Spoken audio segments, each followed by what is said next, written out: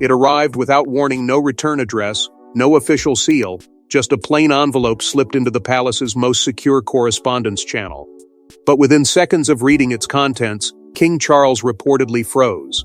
His hands trembled, his expression drained of color, and for the first time in years, those closest to him saw something they never expected: fear. Because this wasn't a threat, it was a claim.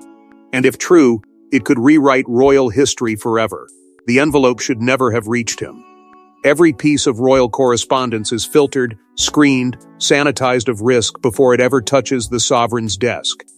Yet somehow, this one bypassed every safeguard, every silent guardian designed to protect the crown from chaos. That alone would have been enough to raise concern. But concern quickly turned into something heavier, something suffocating when Charles began to read. Those present would later recall the stillness. Not confusion, not anger. Stillness. His posture tightened as if bracing for impact. His eyes moved across the page once, then again slower the second time, as though the words were rearranging themselves into something even more dangerous. No one dared to interrupt. No one dared to ask. Because whatever he was absorbing was not ordinary. It was personal. The letter did not accuse him of scandal. It did not threaten exposure or blackmail. Instead, it delivered a single devastating suggestion: that a core truth about royal lineage had been concealed for decades. That a bloodline central to identity, to succession, to legacy, may not be what it appeared to be. It hinted at hidden parentage, at a moment in history carefully buried beneath ceremony and duty, and it named a timeline that overlapped with one of the monarchy's most delicate chapters. The room shifted instantly. Staff were dismissed under the pretense of privacy, but those who remained members of the tightest inner circle understood the gravity without needing explanation. Doors were secured. Communications paused.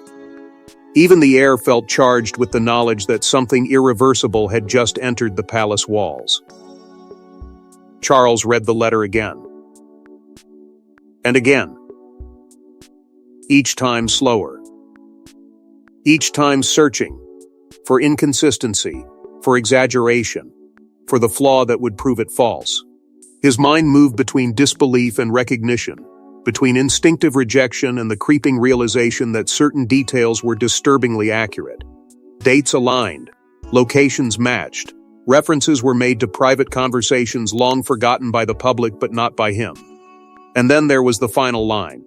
Not typed, not formal, handwritten in deliberate ink, as though the sender wanted to ensure it lingered: "You've believed a lie your entire life." That sentence did not shout. It did not threaten. It simply sat there quiet and merciless. Because if the claim carried even a fragment of truth, then the consequences would extend far beyond reputation. They would strike at the very heart of identity, at fatherhood, at inheritance, at the fragile architecture of royal succession that has defined the crown for generations. Charles did not speak immediately. When he finally did, his voice was measured, almost eerily calm.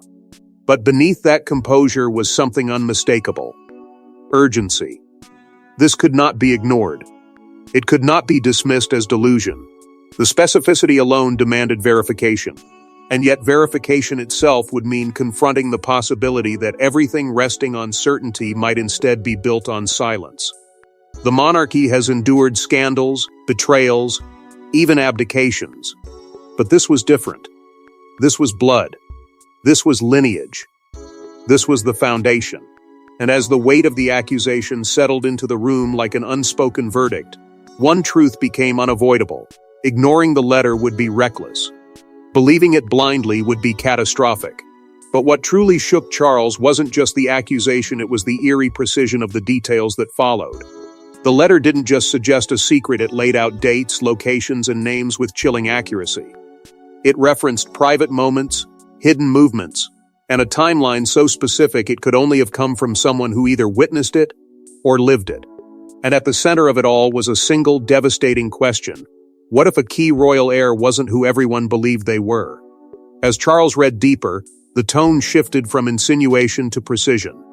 This was not gossip dressed in royal language. It was structured, calculated, The writer identified a particular season in royal history, one already marked by emotional strain and relentless public scrutiny. Within that narrow window, the letter pinpointed engagements, travel arrangements, and even brief schedule changes that had never been widely documented. These were not public anecdotes. They were fragments from behind closed doors. The heart of the claim was stark, that a biological truth had been deliberately concealed to preserve stability, not to protect scandal, not to hide romance, but to secure the future of the crown itself. The implication was brutal.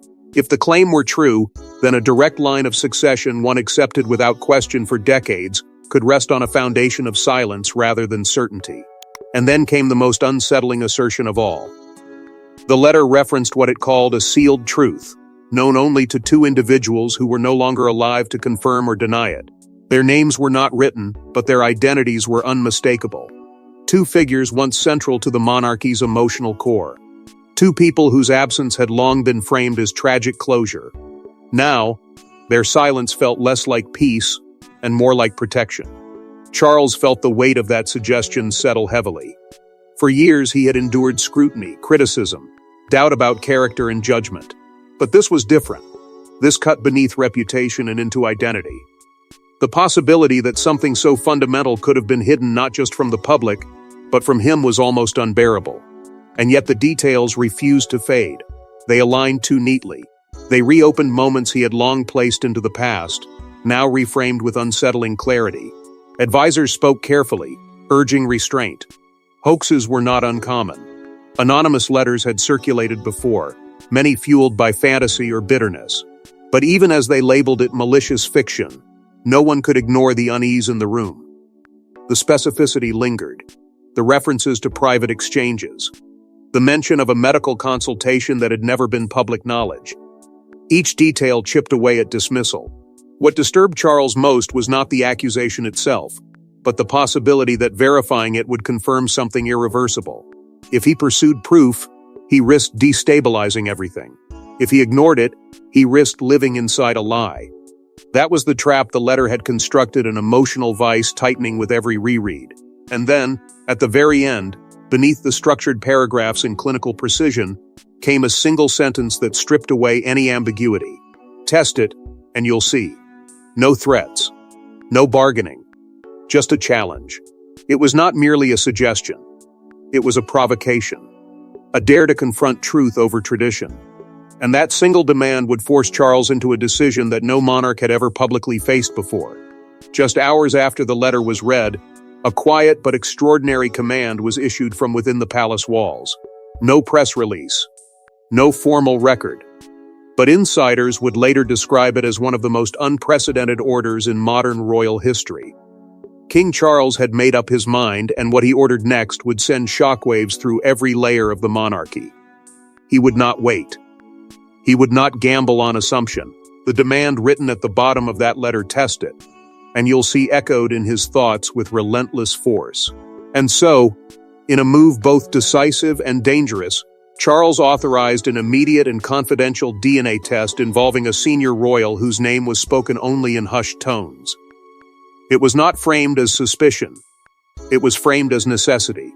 But everyone present understood what it truly meant.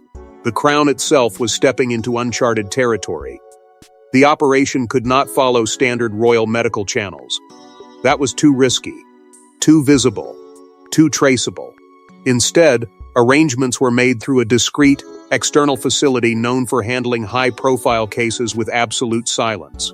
Layers of confidentiality were stacked like armor, non-disclosure agreements reinforced, documentation minimized, access restricted to an inner circle so small it could be counted on one hand. This was not simply a medical procedure. It was a controlled operation. Communication became coded. Emails avoided explicit language. Phone conversations relied on phrases so vague they bordered on absurd. The word test was replaced with review. The subject was referred to as the file. Even among trusted advisors, there was no room for clarity. Because clarity could leak. And a leak would detonate everything before the truth was even confirmed. Charles carried the weight of the decision alone. Those closest to him noticed the change immediately. He withdrew. Meetings shortened. Responses slowed. The king, who had mastered composure under decades of scrutiny, now seemed locked in a private storm. There were moments when he reportedly paced in silence, replaying the letter's details against his own memories, measuring doubt against loyalty. He was not only confronting a constitutional threat, he was confronting the possibility of personal betrayal or unimaginable misunderstanding. The facility chosen for the analysis was bound by clauses so severe they bordered on punitive. Data would not be stored longer than necessary. Results would be delivered by hand. No digital trail, no secondary copies. Every precaution suggested one underlying fear: that confirmation might not stay contained. That someone beyond the palace walls already knew enough to force exposure at the worst possible moment. Time became the enemy. Every hour that passed without results felt like a ticking mechanism. If the claim proved false, the monarchy could breathe again, wounded perhaps, but intact. If it proved true, the consequences would ripple outward into succession, legitimacy, and public trust. And Charles understood something else too. Once he sought proof, he could never return to ignorance. The test was set in motion. Samples were secured under layers of discretion. The machinery of verification began to turn quietly, invisibly, but with monumental stakes. Yet even as the palace operated in calculated silence, something else was shifting beneath the surface. Because secrets, no matter how tightly guarded, create tension.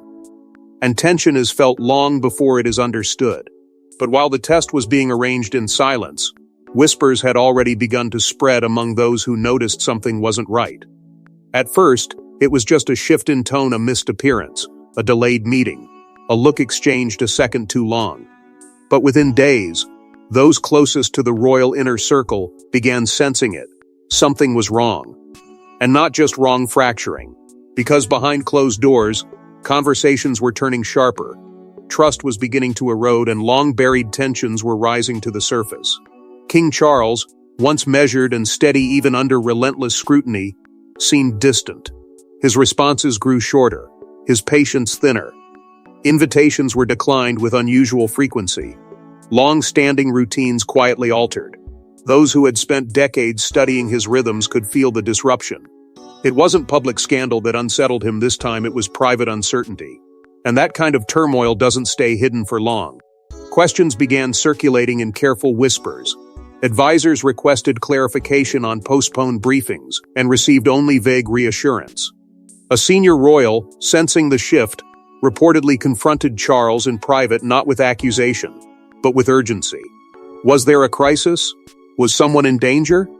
The answer was neither confirmation nor denial. It was silence. And silence, in a family built on hierarchy and inherited certainty, can be louder than outrage. The change did not go unnoticed among the wider household staff either. Some remained fiercely loyal, dismissing rumors as imagination fueled by proximity to power. Others could not ignore the pattern: coded conversations, restricted access, confidential calls held at odd hours. Loyalty clashed with curiosity, discretion battled instinct. The palace has always been a fortress, but now it felt like a pressure chamber. Old rivalries, long buried beneath ceremonial smiles and strategic restraint, began to resurface. Moments from the past, private disagreements, public missteps, strained loyalties were suddenly revisited in tense undertones. Because if the letter's claim carried truth, then it touched more than lineage. It touched identity. It forced every member of the family to confront a single terrifying thought. Could this involve me? Fear took different forms. One royal responded with visible frustration, interpreting the tension as mistrust. Another withdrew completely, choosing distance over confrontation. Denial surfaced in careful words about unity and stability. But beneath that composure lay an unspoken dread. If succession was even theoretically questioned, the ripple would not stop at one name. It would shake every branch of the royal tree. Amid the growing strain, two figures quietly stepped into steadier roles. William, composed but observant, seemed to recognize that whatever was unfolding required calm above all else. Catherine maintained her characteristic poise, offering reassurance without prying for details. They did not demand answers publicly. They did not escalate whispers into accusations. Instead, They projected stability, a subtle but deliberate contrast to the growing uncertainty around them. Yet stability is fragile when truth hangs unresolved. Each passing day without explanation intensified speculation. Private conversations turned sharper, glances lasted longer. Even routine family interactions felt loaded with unspoken questions. And as tension inside the palace reached a breaking point, the question no one dared to ask out loud became impossible to ignore. The silence didn't last forever, because once the idea was planted that someone within the royal family might not be who they claimed to be, it began to spread like wildfire. Every glance, every past rumor, every unexplained moment suddenly took on new meaning. And slowly, quietly, a name began to surface. A name that, if connected to the letter, would shake the monarchy to its core. It didn't begin with accusation. It began with pattern recognition. Private discussions turned analytical, almost forensic, as senior figures retraced the timeline referenced in the letter. They revisited old engagements, scrutinized overlapping absences, and measured dates against memories long filed away as irrelevant. What once felt like routine complexity now felt intentional. Not chaotic, but curated. Theories formed in careful layers. No one wanted to say it outright, yet everyone felt the gravity of where those layers were leading. The claim could not apply broadly. It had to center on someone whose position in the line of succession mattered. Someone whose identity had always been assumed, never questioned. That narrowing alone intensified the emotional stakes. This was no distant relative. This was not peripheral. This was central. Past rumors once dismissed as tabloid exaggeration returned with new weight. Offhand comments from decades earlier. Speculative headlines. Unexplained tensions between senior figures that had once been attributed to personality rather than possibility. Under the harsh light of suspicion, those fragments rearranged themselves into something far more disturbing. What if the monarchy's greatest defense had not been denial but silence? The timeline embedded in the letter became the focal point. A particular period, already known for emotional turbulence within the royal household, aligned uncomfortably with the early years of one specific heir. Dates overlapped. Private travel coincided. Decisions once viewed as protective suddenly appeared strategic.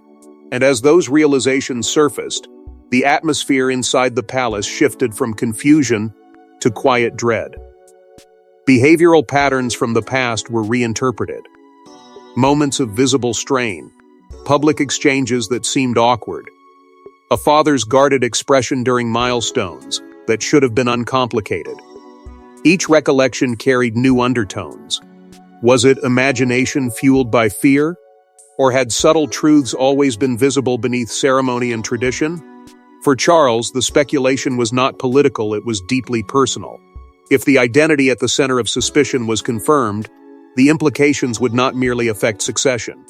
They would reach into memory, into legacy, into his understanding of fatherhood and trust.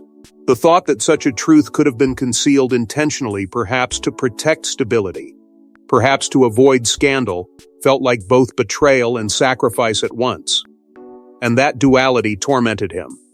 Those within the inner circle could sense that the name forming in private conversations carried emotional gravity beyond constitutional consequence. It was not a stranger's identity being questioned. It was someone whose life had unfolded under the same scrutiny, the same weight of expectation. Someone whose successes and struggles were intertwined with the crown itself. As clarity sharpened, so did fear. If the letter was accurate, the monarchy had not simply endured controversy, it had built its future on omission. And if it was false, the mere act of suspecting would leave scars that could never fully heal. Speculation hovered like a storm cloud ready to break. Every passing hour intensified the pressure. The palace could analyze, it could debate, it could deny internally. But analysis alone would not settle the truth. Because beneath the theories, beneath the whispered name that no one wanted to confirm aloud, one reality remained unmovable. Evidence was coming. But before any conclusion could be drawn, the results of the most secretive test in royal history were finally ready. When the sealed results arrived, they weren't opened immediately. For several long, silent moments, the envelope sat untouched, because once it was opened, there would be no going back.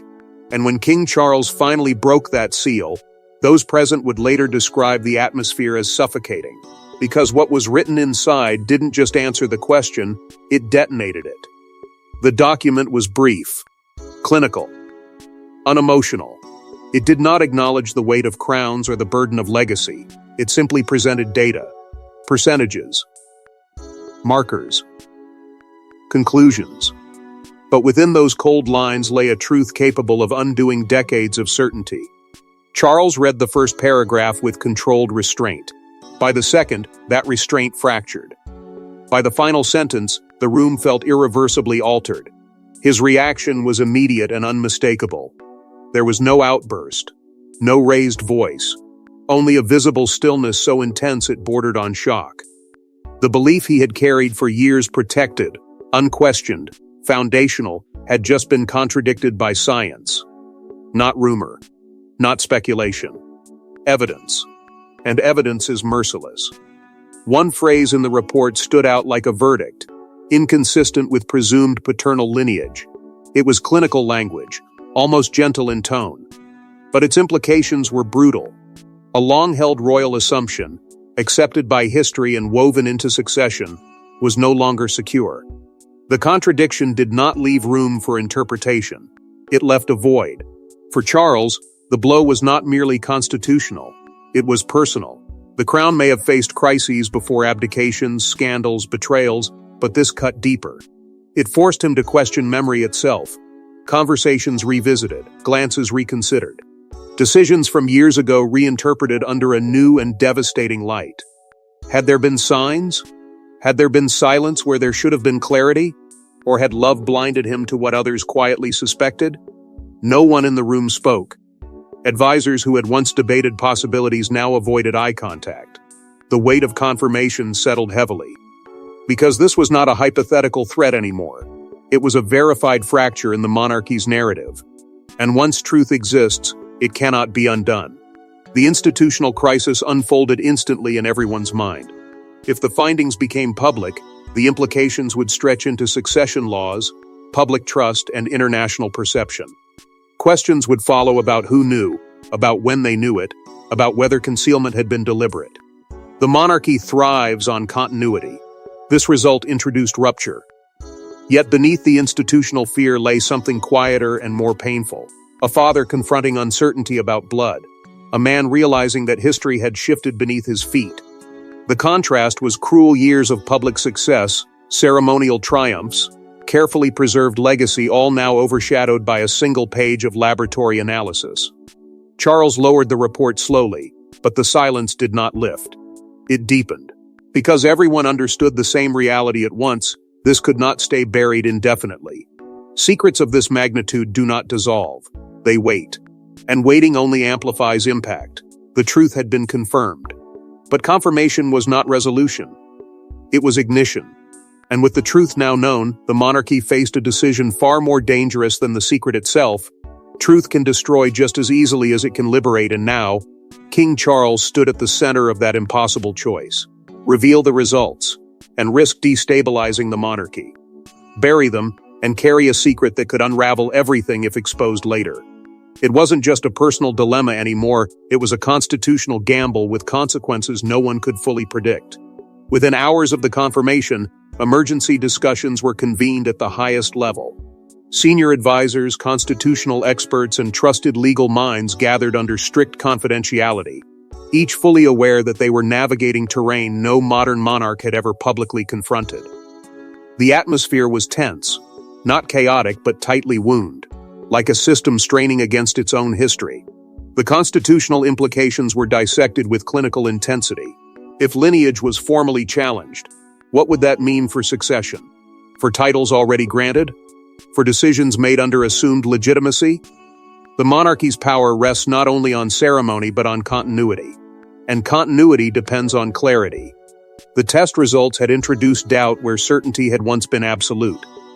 Yet beyond legal frameworks lay the more volatile question of public trust. The crown has survived because it projects stability, even in turbulence. If the truth were disclosed abruptly, the narrative could spiral beyond control.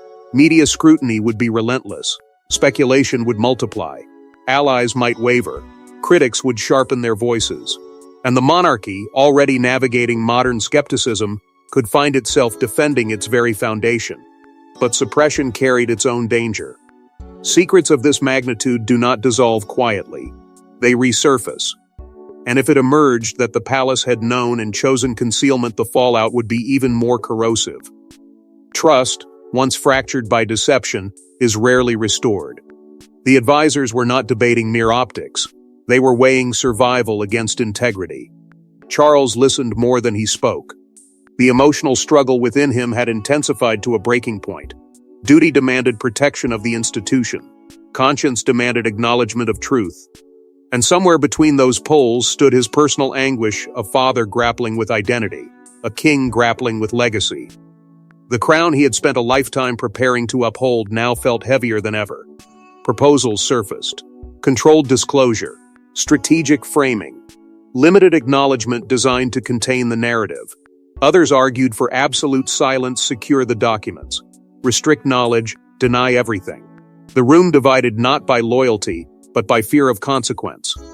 Because every path forward carried irreversible cost. And overshadowing every debate was the looming threat of the anonymous sender. If one letter had arrived with such precision, who was to say more evidence wasn't waiting? What if proof existed beyond the test? What if exposure was not a matter of if, but when? The timeline was no longer abstract. It was urgent. Act before the story breaks, or risk losing control entirely. Pressure mounted. Decisions that would shape history needed to be made swiftly. Delay itself had become a liability. But just as a decision seemed within reach, a second development would push the situation even closer to collapse. Before any official move could be made, another message arrived, this time not quiet, not subtle, and not ignorable. It referenced the test. It referenced the results. And worst of all, it made one thing terrifyingly clear. Whoever sent the first letter wasn't guessing. They knew. And now, they were watching, waiting, and ready to expose everything if the palace made the wrong move. The message did not ask questions. It stated facts. It cited the date the samples were transferred. It alluded to the facility chosen. It even mentioned the phrase buried within the report, the same clinical wording that had shaken the room only hours earlier. There was no ambiguity left.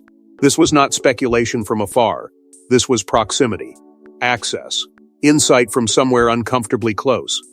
For a brief, chilling moment, the monarchy's crisis shifted from internal doubt to external threat. If the sender possessed knowledge of the test itself, then secrecy had already been compromised, which meant someone inside the palace walls or connected to its operations had either spoken, watched, or deliberately participated. Surveillance was no longer paranoia. It was possibility. Senior officials who had just debated strategy now felt the ground slipping beneath them. Panic did not erupt loudly. It simmered. Conversations sharpened. Names were reconsidered. Communications were reviewed. The unspoken question hovered heavily: who knew? And more importantly, who had shared? The message escalated the stakes with ruthless precision. It warned that if the palace attempted suppression, evidence would be released publicly. Not vague accusation, not rumor, evidence. The word carried weight. Documents. Correspondence. Perhaps even material predating the test itself. The threat implied that the anonymous sender had been tracking this truth long before the letter ever reached Charles's desk. Trust, already strained, began to fracture further. Advisors eyed one another with cautious restraint. Staff members who had once operated within quiet loyalty now felt scrutinized. The palace, long accustomed to guarding secrets from the outside world, was forced to confront the possibility that its vulnerability lay within. Charles absorbed the second message with a different kind of realization. The first letter had forced him to confront truth. The second forced him to confront exposure. Control, the one constant the monarchy depends upon, was slipping through his hands. He could manage family tension. He could manage constitutional debate. But managing a coordinated threat from an unseen adversary required a different battlefield. The urgency shifted instantly. This was no longer solely about whether to reveal or conceal. It was about containment, damage limitation, preventing narrative from being hijacked before the crown could define it. Every delay now risked humiliation on a global scale. The monarchy has survived wars, abdications, and public outrage because it understood timing. But timing was no longer in its exclusive control. The sender was dictating pressure, dictating pace, and perhaps even dictating outcome. And as the walls closed in, the monarchy found itself facing a reality it could no longer contain. In the end, this was never just about a letter, or even a test. It was about identity, legacy, and the fragile illusion of certainty that the monarchy has always relied on. Because now, behind the palace walls, a truth exists that cannot be unseen, and whether it's revealed tomorrow or years from now, one thing is already certain: the crown will never feel the same again. The stability of the monarchy has always rested on continuity, a seamless line, a narrative that flows forward without rupture. That illusion, once fractured, does not easily repair itself. Even if the public remains unaware, even if statements are crafted and ceremonies proceed without interruption, something fundamental has shifted. The crown may still shine in public view, but internally, its foundation now carries a crack. For Charles, the transformation is profound and irreversible. Knowledge is a burden unlike any scandal or criticism he has endured before. This is not about popularity. It is not about reputation. It is about truth woven into blood and history. The weight of that realization has altered him. Those closest to him sense it not in dramatic declarations, but in quiet reflection, in longer pauses before decisions, in a heaviness that cannot be masked by duty alone. At the center of the storm stands the unnamed royal, whose identity has been silently questioned. Their future now hangs between two realities, one defined by tradition and recognition, the other shadowed by uncertainty. They move through public engagements unaware that conversations about lineage swirl behind closed doors. Success continues on the surface. Smiles remain composed. Yet beneath that composure lies a vulnerability no title can shield. For now, the public sees none of it. Official appearances proceed. Speeches are delivered. Headlines focus elsewhere. But tension has a way of building quietly, like pressure beneath the earth before an eruption. Every controlled statement, every calculated delay, adds to that pressure. And those inside the palace know that silence is not resolution, it is postponement.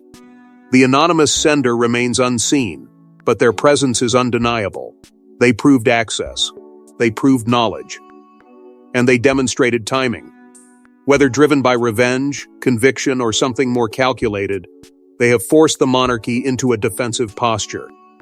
Their silence now feels strategic, looming, as though this chapter is not an ending, but an opening move. Because if one truth could remain hidden for decades, what else might be waiting beneath layers of ceremony and protocol? The question lingers, unsettling and persistent. The crown has weathered storms before, but this is different. This storm began from within. In the quiet aftershock of revelation, the monarchy stands unchanged in appearance but forever altered in essence. Identity has been questioned. Certainty has been replaced with doubt.